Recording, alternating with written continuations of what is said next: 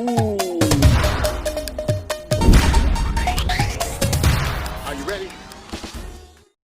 Session में हम लोग पढ़ेंगे linear equation in two variable.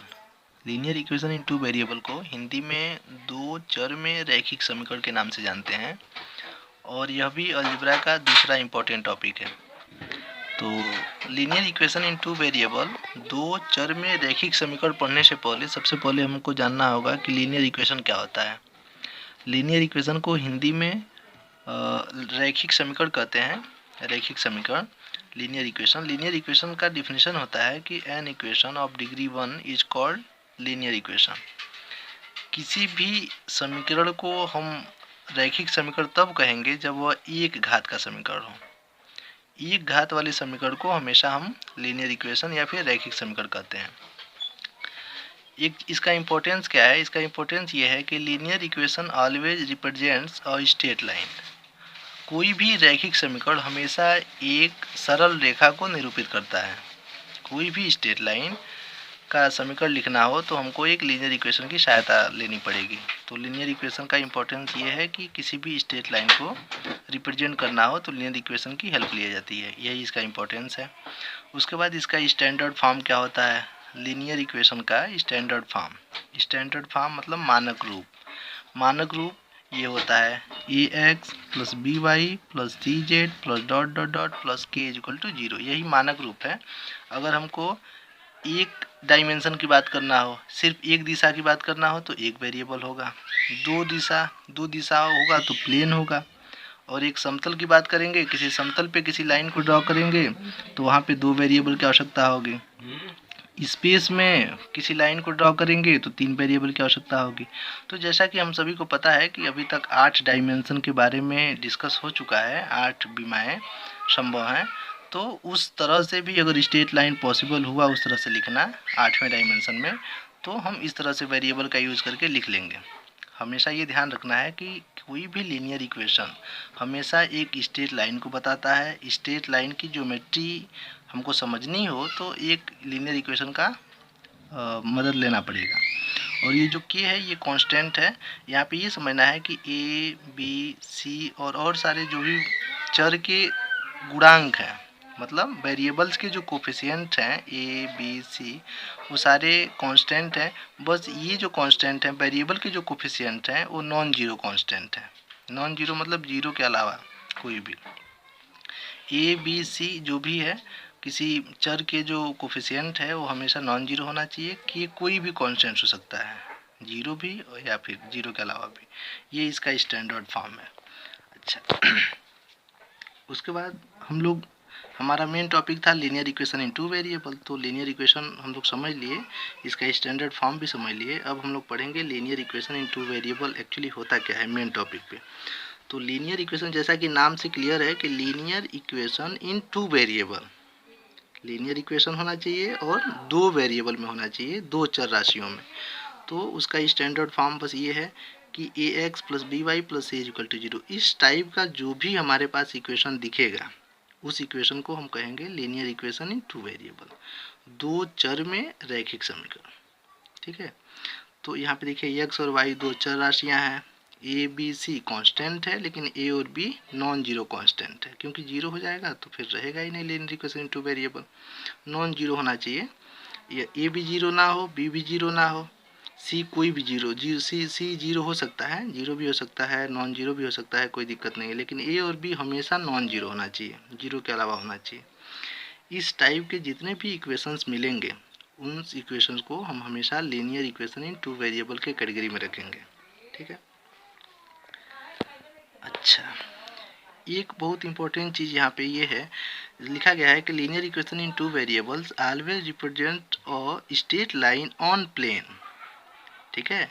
Linear equation in two variable हम बताएं कि लीनियर इक्वेशन हमेशा एक स्ट्रेट लाइन को बताता है। अगर linear equation in two variable हो जाए, तो linear equation in two variable हमेशा एक स्ट्रेट लाइन को बताता है जो प्लेन पे लिखा गया हो। किसी प्लेन पे अगर हम लाइन को ड्रॉ करें, जैसे कॉपी पे अगर हम लाइन को ड्रा करें तो उसका इक्वेशन लिखना हो तो linear equation in two variable का हेल्प लेना पड़ेगा। ठीक है। linear equation in two variables always represent a straight line on plane. That's why it has infinitely many solution as straight line contains infinitely many points. देखिए, straight line का definition अगर आपको जानना हो तो आपको समझ में आएगा कि जो पॉइंट्स होता है, पॉइंट का लोकस हम तैयार करते हैं तो स्ट्रेट लाइन मिलता है। ये ज्योमेट्री है। अगर बहुत सारा पॉइंट हो, अगर किसी इसी स्ट्रेट लाइन की बात किया जाए, इसी स्ट्रेट लाइन की ये लाइन है तो इसमें बहुत सारा इन्फाइनाइट पॉइंट्स हैं, इन्फाइनाइटली मेनी पॉइंट्स हैं इस पे। तो इसलिए इसका जो linear equation in two variable कोई भी एक इक्वेशन लिखा गया हो तो उस इक्वेशन का इन्फाइनाइटली मेनी सॉल्यूशन होता है। एक तो सॉल्यूशन नहीं होगा बल्कि अनंत सॉल्यूशन होंगे, अनंत हल होगा। ये बात इसमें है। तो उसके बाद लेकिन जो हम लोग अपने सिलेबस में पढ़ते हैं उस सिलेबस का असली मतलब होता है कि simultaneous linear equation in two variable. यही मेन टॉपिक होता है कि जब linear equation in two variable को कई सारे linear equation in two variable को एक साथ लिख दिया जाता है तो उसको हम लोग कहते हैं simultaneous linear equation in two variable. एक साथ बहुत सारे लीनियर इक्वेशन को लिख दिया जाए तो उसका उस पूरे कॉम्बिनेशन को हम कहते हैं लीनियर इक्वेशन का ये साइमल्टेनियस फॉर्म है। ठीक है। इसका स्टैंडर्ड फॉर्म, चूँकि हम लोगों को बस सिर्फ 2 इक्वेशन लेके सॉल्व करना है इसलिए हम लोग इसका स्टैंडर्ड फॉर्म सिर्फ 2 इक्वेशन से लेंगे। पहला a1x plus b1y plus c1 is equal to 0, पहला इक्वेशन हो गया। a2x plus b2y plus c2 is equal to 0, दूसरा इक्वेशन हो गया। a1 b1 c1 कांस्टेंट है पहले की तरह, a2 b2 c2 भी कांस्टेंट है पहले की तरह। a1 b1 c1 a2 b2 c2 नाम इसलिए दिया गया है कि भाई a1 इंडेक्स है तो आप समझ जाएंगे कि पहला इक्वेशन होगा, a2 इंडेक्स है तो आप समझ जाएंगे कि दूसरा इक्वेशन होगा। ठीक है। तो यह 2 साइमल्टेनियस इक्वेशन कब सॉल्यूशन रखेगा कब नहीं रखेगा, यही क्वेश्चन अराइज होता है कि सॉल्यूशन की अगर हम लोग बात करें तो इसका कब सॉल्यूशन पॉसिबल होगा कब नहीं होगा, ये इम्पोर्टेंट चीज़ है। ठीक है। अच्छा, 2 स्ट्रेट लाइन अगर एक दूसरे को कट करेगा किसी पॉइंट पे तभी सॉल्यूशन पॉसिबल होगा, नहीं तो नहीं होगा। किसी प्लेन में, चूँकि linear equation in two variable हमेशा एक प्लेन पे स्ट्रेट लाइन को ड्रॉ करेंगे। किसी प्लेन पे किसी 2 लाइन को रेंडमली ड्रॉ करना हो तो किस तरह से करेंगे, या तो हम दोनों को एक पैरेलल ड्रा करेंगे नहीं तो दोनों को एक दूसरे को क्रॉस करके करेंगे, कट करेगा। दोनों या तो एक दूसरे को कट करेगा नहीं तो नहीं करेगा। कट नहीं करेगा तो सॉल्यूशन नहीं पॉसिबल है, अगर कट करेगा तो सॉल्यूशन पॉसिबल है। कट करेगा तो किसी न किसी पॉइंट पे करेगा और उस पॉइंट का जो कोऑर्डिनेट होगा वही उसका सॉल्यूशन होगा, मतलब x और y का जो वैल्यू होगा वही उस पॉइंट का निर्देशांक होगा। ठीक है। ये बहुत आगे की बात है, हमको बस ये समझना है कि साइमल्टेनियस लीनियर इक्वेशन को सॉल्व कैसे करेंगे। तो पहला केस होता है कि अगर पहले और दूसरे में देखिए a1/a2 b1/b2 के बराबर नहीं होगा तभी ये सॉल्यूशन पॉसिबल है। इन 2 इक्वेशन का सॉल्यूशन हम तब निकाल पाएंगे जब a1/a2 is not equal to b1/b2 होगा। ठीक है। a1 क्या है देखिए, पहले इक्वेशन में x का गुणांक, a2 क्या है दूसरे इक्वेशन में x का गुणांक। पहले इक्वेशन में y का गुणांक b1 है, दूसरे इक्वेशन में y का गुणांक b2 है। तो इनका रेशियो आपस में इक्वल नहीं होगा तभी सॉल्यूशन पॉसिबल होगा। दूसरा कंडीशन ये है केस 2, दूसरा जो केस है केस 2, उसमें लिखा गया है कि if a1/a2 is equal to b1/b2 then equation first and second have no solution.